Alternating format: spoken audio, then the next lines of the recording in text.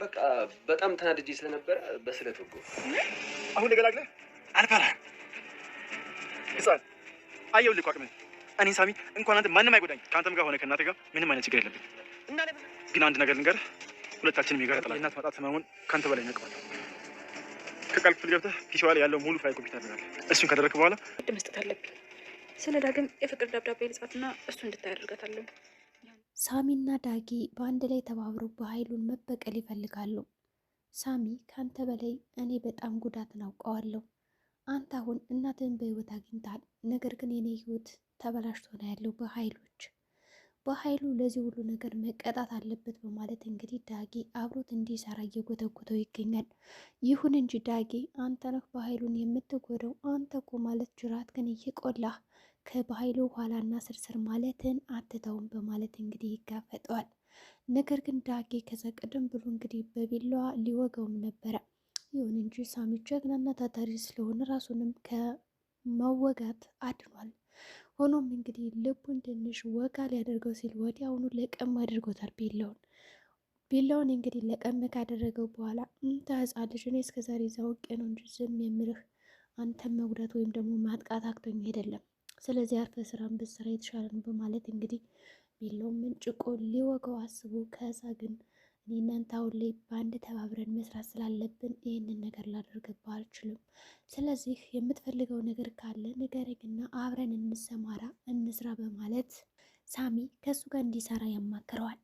ደግሞ ለምንድን ነው ሲጀመርም አላምንም። አንተ እኮ ማለት የበኃይሉ ሰራተኛ ነህ። ስለዚህ በኃይሉ የሚልን ነገር እያንዳንዱ ነገር ታደርጋለህ እንጂ እኔ ጋር ምንም አይነት ሀሳብም ሆነ ፍላጎት የለም የመስራት። ደግሞ ምክንያት ምንድን ነው ብሎ ማስጠይቀው እንግዲህ ሳሚ እሱ ምክንያት ከነገረው በኋላ ዳጊ አሁን አብሮ ለመስራት ይስማማል። እናትህን የነገርኩህ ለምክንያት ነው የነገርኩም እንግዲህ በመጀመሪያ ደረጃ ቃል የወሰደችው ፋይል አለ። ያንን ፋይል ከሷ ሰርቀህ ታመጣልኛለህ እንዳለ ፎርማት አድርገው በማለት ለዳጊ ያዘዋል። ዳጊም እንግዲህ ድሮም የሆነ ነገር ጠብቄ ነበረ እንጂ ያለ ምክንያትማ ይህን ነገር አታደርግም በማለት ነገረው። ይኸውልህ እኔ እናትህ እንደሆነች ገኒ ለበኃይሉ ከነገርኩት በኃይሉ ደግሞ እንደሚያጠፋቸው እርግጥ ነው። ስለዚህ ይህን ከሚሆንብህ እኔ የምልን ነገር ብታደርግ የተሻለ ነው ይለዋል ማለት ነው። ዳጊም ያለው አማራጭ መስማማት ነው። ምክንያቱም በኃይሉ በጣም ከባድና ጨካኝ ስለሆነ እሺ ብሎ ተስማምቷል ማለት ነው። በእርግጥም አንድ ላይ ሆነው ቢሰሩ እነዚህ ሁለቶች ስኬታማ ይሆናሉ ብዬ አስባለሁ እኔ በበኩሌ። ምክንያቱም ሳሚ በጣም ጎበዝና አስተዋይ ነው። መጨረሻ ላይ እንግዲህ ዳጊን ካልከደው ማለት ነው። በሌላ በኩል እንግዲህ ቃል ያችን ጓደኛዋን እዚህ ቤትማ መንጭቄ ነው እንደማስወጣሽ እስከ መቼ አንቺን ተለማምጬ እኖራለሁ በማለት እንግዲህ ለጊዜው እየተለማመጠቻት ትገኛለች። ይሁን እንጂ ከሳሚ ጋር ደውላ ይች ልጅ ከዚህ ቤት አባርልኝ፣ አስወጣልኝ፣ ላያት አልፈልግም፣ ግደላት እያለችው ነው እንግዲህ ጓደኛዋ ሄለን ይህንን ጉድ አታውቅም። ጓደኛዋ እንግዲህ ያው መኝታ ክፍሏ ሂዳ ልብስ እፈልጋለሁ ብላትም ነበረ፣ የራት ግብዣ ልብስ የሚሆን እንግዲህ ወዲያውኑ ስታያት በጣም ተናዳ ነበረ ቃል ማለት ነው። ለምን የኔ ልብሶች ነካሽ ማለት በጣም ነው የጮችባት ጓደኛዋ ላይ።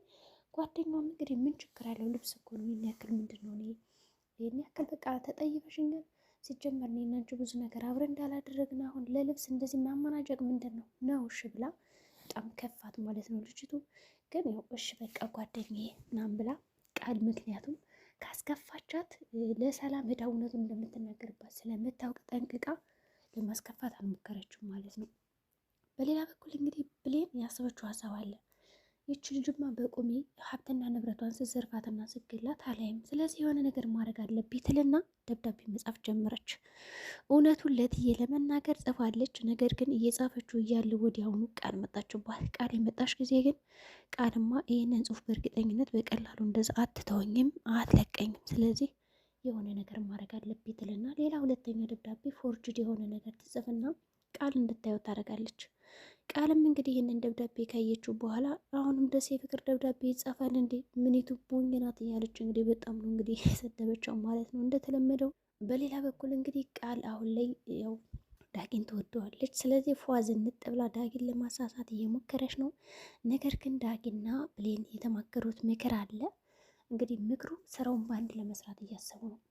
ብሌን እንግዲህ ደም ስታይ ማለት ነው ከዳጊ ላይ ማንም ወቅት ነው እንደዚህ አይነት ጨካኝ ሰው እኮ ትሆናለህ ብዬ አላውቅም፣ በቃ አረመኔ ነህ ምናምን ስትለው እኔ እንደዛ አይደለሁም፣ በቃ አረመኔ አይደለሁም፣ ሳላስበው ነው እንደዛ ያደረግኩት ይላታል።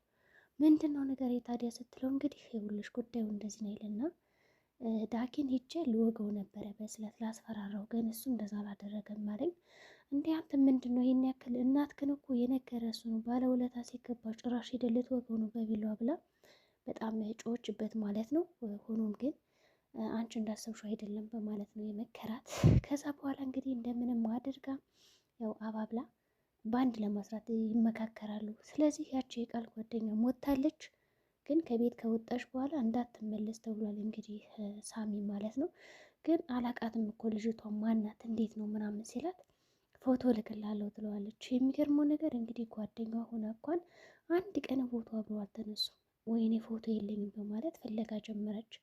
ስለዚህ አይ እንደውም ቆይ ቴሌግራም ልግባና የቴሌግራም ፎቶ ፕሮፋይሏ ምናምን ስለሚኖር ከዛ ጋር ያለው ልክላለሁ ትለዋለች። ሳሚም እሺ ማን እንደሆነች በመጀመሪያ ልወቃት ይላል ማለት ነው።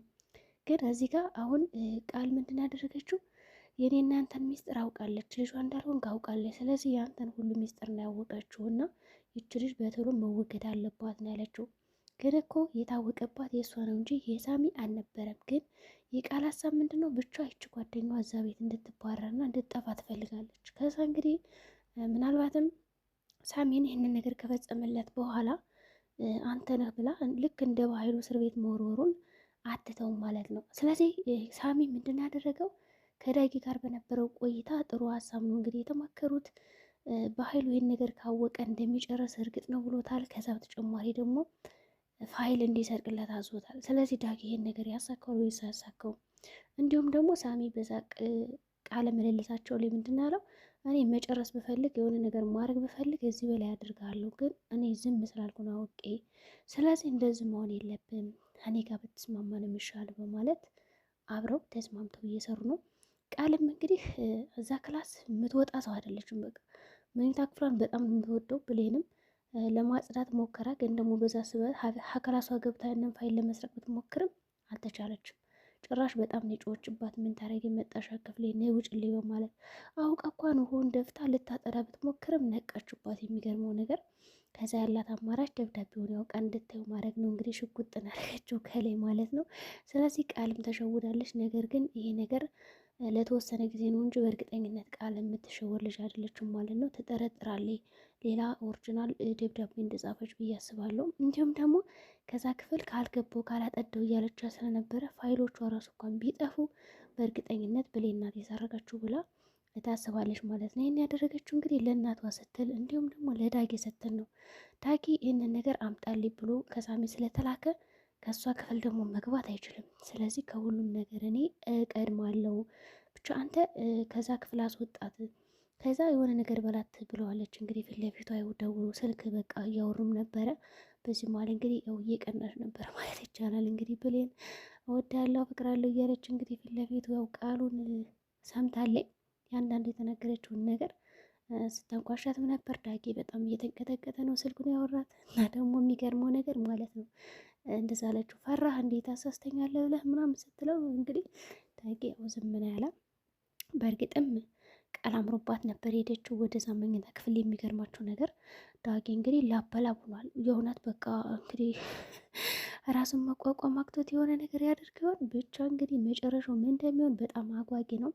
በእርግጠኝነት እንግዲህ ስሜቱን መቆጣጠር ያቅተዋል ብዬ አስባለሁ። እኔ በበኩሌ እንግዲህ ብሌን ደግሞ አምናለሁ ብለዋለች። ሰው እምነቱን በላ ማለት ነው። የሆነ ነገር ከተፈጠረ እንደዛ ማድረግ የለበትም። ግን ደግሞ እዛ ክላስ ተሉ ከወጣች ብሌን መስራት አትችልም። አንደኛ ኮምፒውተሩ ፓስወርድ አለው። ስለዚህ ገና ፓስወርዱን ፈልጋ ብዙ ነገር እስከምታደርግ ድረስ በእርግጠኝነት ጊዜ አይኖራትም እላለሁ።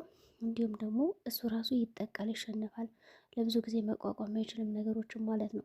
የሆነ ሆኖ እንግዲህ መጨረሻቸው ምን ሊሆን ይችላል? ሳሚ ከዳጊ ጋር መስራቱ በጣም ደስ የሚል ነገር ነው። የሚገርማችሁ ነገር ሌላውም ሁሉ ሰላምም እንግዲህ ያው ልጇን ህጋዊ ለማድረግ ተፍ ተፍ እያለች ነው። እንግዲህ መጨረሻቸው ምን ሊሆን ይችላል? ብሌን የምታሳካው ይመስላችኋል? እንግዲህ የዛንን ፓስወርድ ምናምን ሰባብራ እስከምትመጣ የላፕቶፑን የአምጪ የተባለችውን ነገር የምታሳካው ይመስላችኋል? እንደኔ ግን የምታሳካው አይመስለኝም። ምክንያቱም በጣም እየተርበተበተች ነው። እንዴት ነው ፓስወርዱን የምከፍተው ምናምን እያለ በጣም ስታስብ ነው የነበረው ማለት ነው። ሰላም እውነቱን ብትደርስበት ጥሩ ነው። ይህ ደብዳቤ አግኝታ ማንበብ አለባት። ያለላ ግን ህይወቷ በጣም አደገኛና አስከፊ እንደሚሆን ግልጽ ነው። ብሌንም እዛ ወረቀት ላይ ራሷን ሳታሳውቅ እንግዲህ የጻፈችላት በጣም ከባድ ሚስጥር ነው። ይሄ ነገር ጥሩ ነው፣ ግን ደግሞ ቃል እንዳታገኘው ማለት ነው። ቃል ካገኘች ሁሉም ነገር ይባላሻል። ዛሬ ቪዲዮአችን ይመስላል። በቀጣይ ቪዲዮ እስከምንገናኝ መልካም ጊዜ